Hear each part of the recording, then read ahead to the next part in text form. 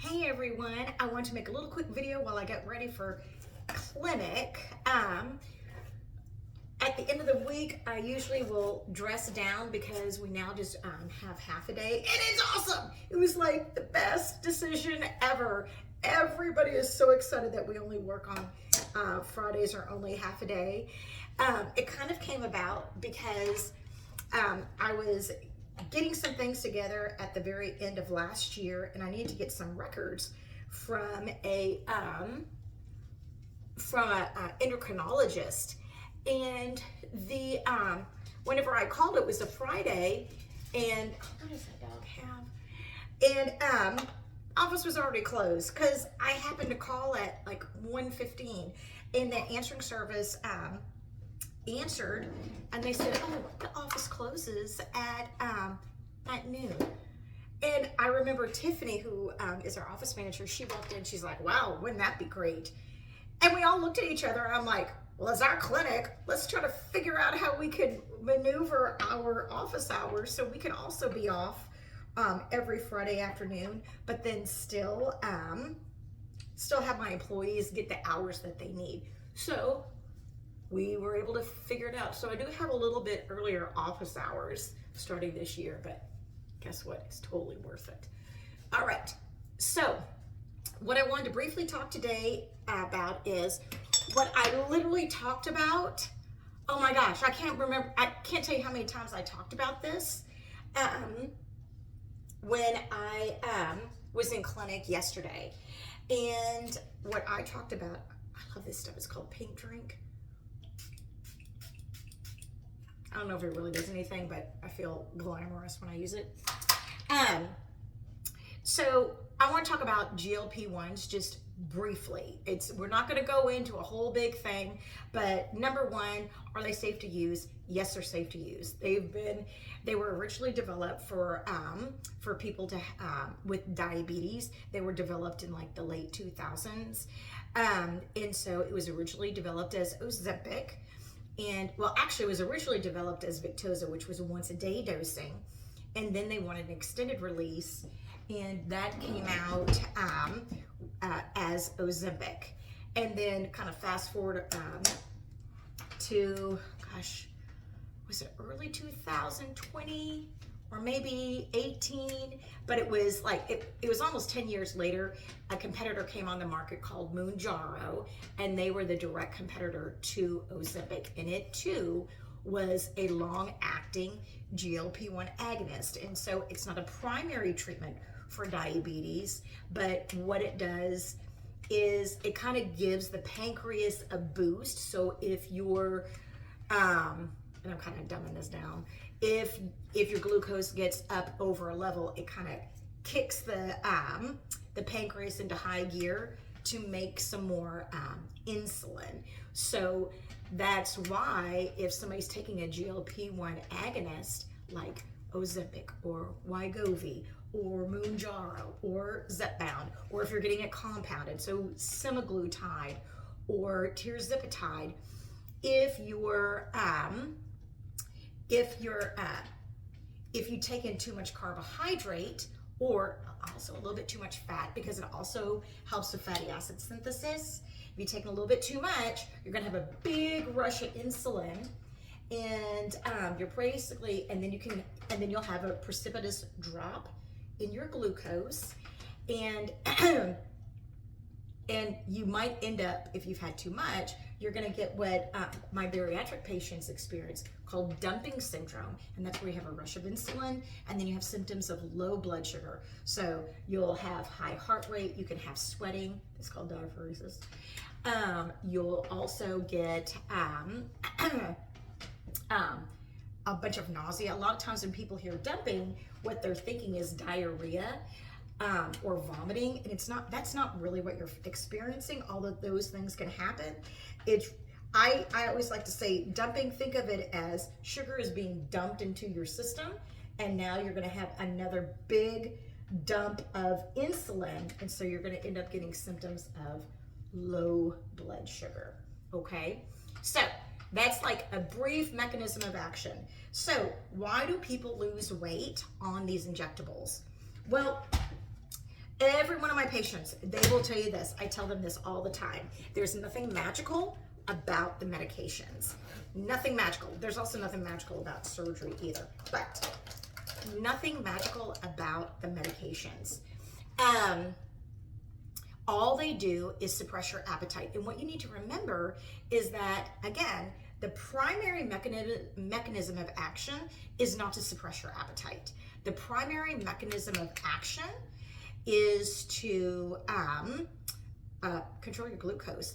It just so happens that one of the side effects of activation of this receptor is that it will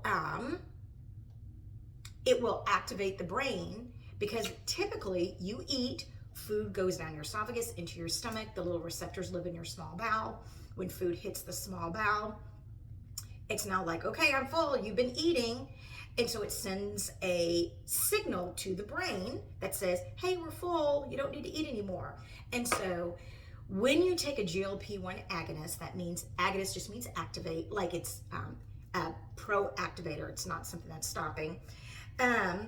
When you take that, it is going to send that signal to your brain. So whenever you take a GLP-1 agonist, you are constantly telling your brain that you are full. So that is how that's how the medicines work. And the reason why what's nice about Ozempic, Wegovy, Zepbound, Miunjaro, the reason why they're pretty effective is that they're long acting. So for instance, Victoza, which is once a day dosing, and Saxenda, which is Saxenda is Victoza, and Saxenda's indication is weight loss. Victoza, its indication is diabetes. It's once a day dosing. I will tell you, in my practice, I don't see those drugs doing a much better job clinically of suppressing people's appetite. I don't really see it that much better than phentermine. I think the reason why patients do so much better on the long acting is that it's a long acting drug. And so the appetite suppression lasts longer. And typically people aren't, in my experience, they're not super hungry first thing in the morning, but they usually start getting munchies kind of later on in the afternoon. Where's my little bunny? Later on in the afternoon or in the evening. And a lot of times that's just because they haven't really kind of eaten the right things or eaten anything, or they waited too long to eat. And so patients typically get the munchies more later on in the evening. And so when you're taking a once a day dosing medicine, the mechanism of action has kind of begun to wear off by the time evening rolls around. So a lot of times I'll tell my patients, if they're taking once a day dosing kind of medicine, you don't necessarily have to take it first thing in the morning. If you want to take it at lunch, and then the mechanism of action, it lasts later on in the day, do that. And then you'll probably be covered by the time it gets to evening time, and then you don't want to go downstairs and like eat the cabinet, you know. So again, there's nothing magical about these medicines. All they do is suppress your appetite. And again, the appetite suppression is a side effect. It's just a side effect of the medicine. It's not the main mechanism of action. And because it's a side effect, like most side effects, over time, you're going to develop tolerance to that side effect. And so that is why, where just my makeup? Oh my God, I think my daughter steals my makeup. Like, where's my powder? Why is it over there? So it's just a side effect.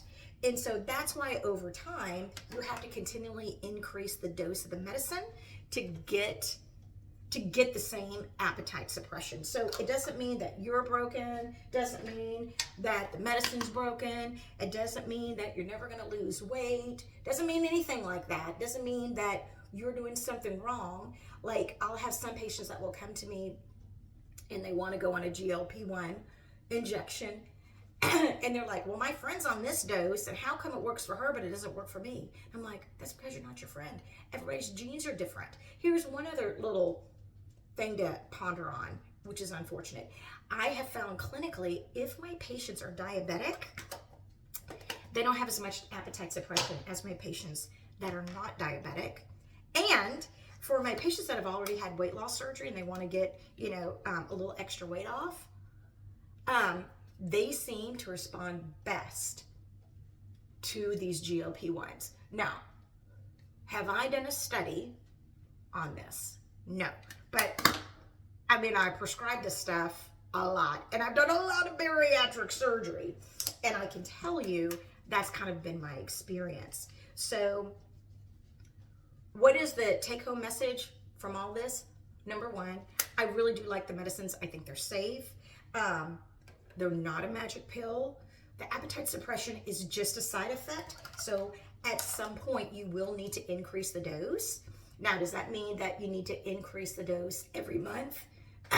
Not necessarily. If your appetite is suppressed, you don't need to increase the dose.